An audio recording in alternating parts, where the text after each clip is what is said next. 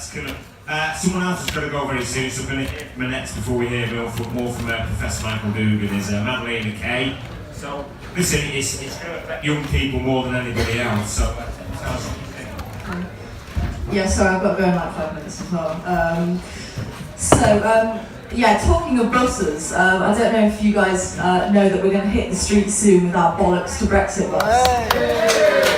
Anyone put money into crowdfund for that? Thank you. It's going to be massive, and it's a bit of a controversial slogan. I'm not entirely sure why, because it's been proven in a court of law not to be an obscenity, but people are apparently taking offence to it. I mean, personally, I find the word Brexit a lot more offensive than the word bollocks. So if you've not got any of those stickers yet, make sure you get some from the EU Flag Mafia store and just stick it everywhere that you possibly can. I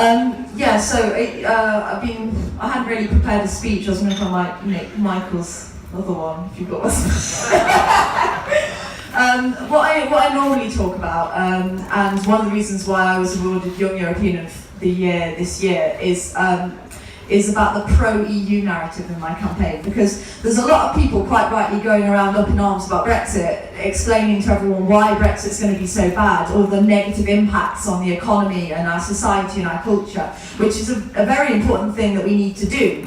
But we have to also remember that in the referendum campaign, Project Fiat lost because it failed to engage people. They weren't interested in the facts. And I'm sorry, but the people that weren't interested in the facts at the time probably aren't going to be interested in the facts the next time round either. They're just not interested, they're not engaged. And we've got to get their attention somehow. And we've got to make them care about Europe, and we've got to make them feel part of the big European family, and we've got to make them realise the value of their European citizenship.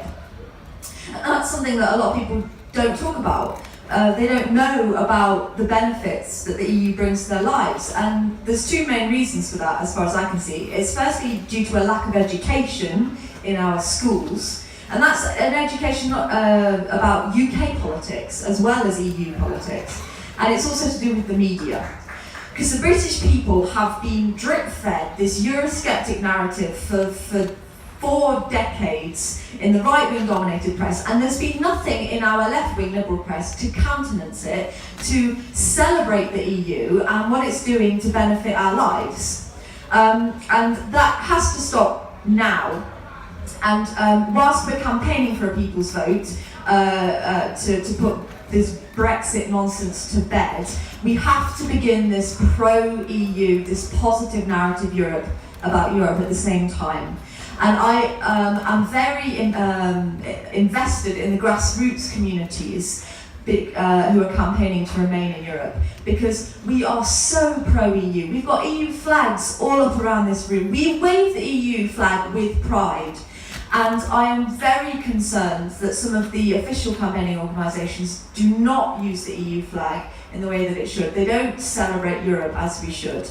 And if we do stop Brexit, that's a sticking plaster on this problem of creating a positive culture about Europe in the UK. So I don't know if some of you have come across my Reasons to Remain booklets. There should be some on the table, there's loads of posters.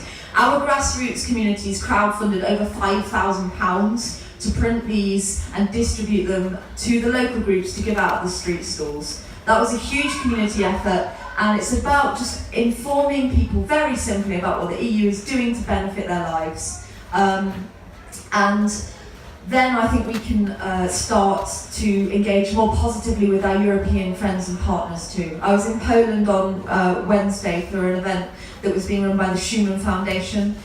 They'd done possibly the best analysis that I have seen of the Remain and Leave campaigns during the referendum.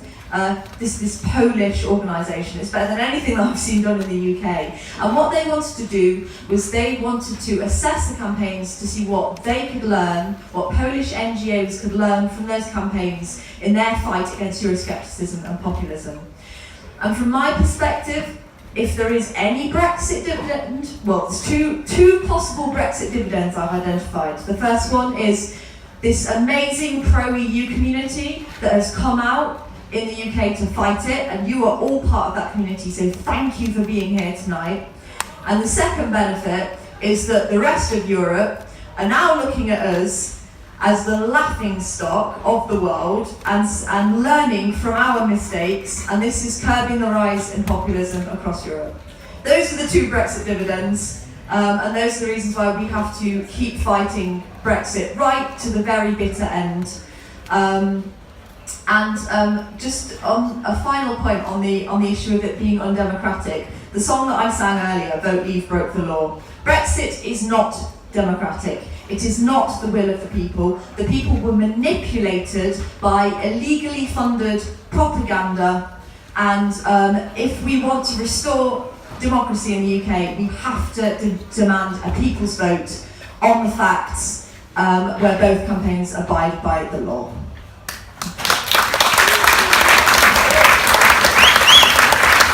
Give a big round of applause to Madeleine, because seriously, what she's doing is exhausting, and it's fantastic.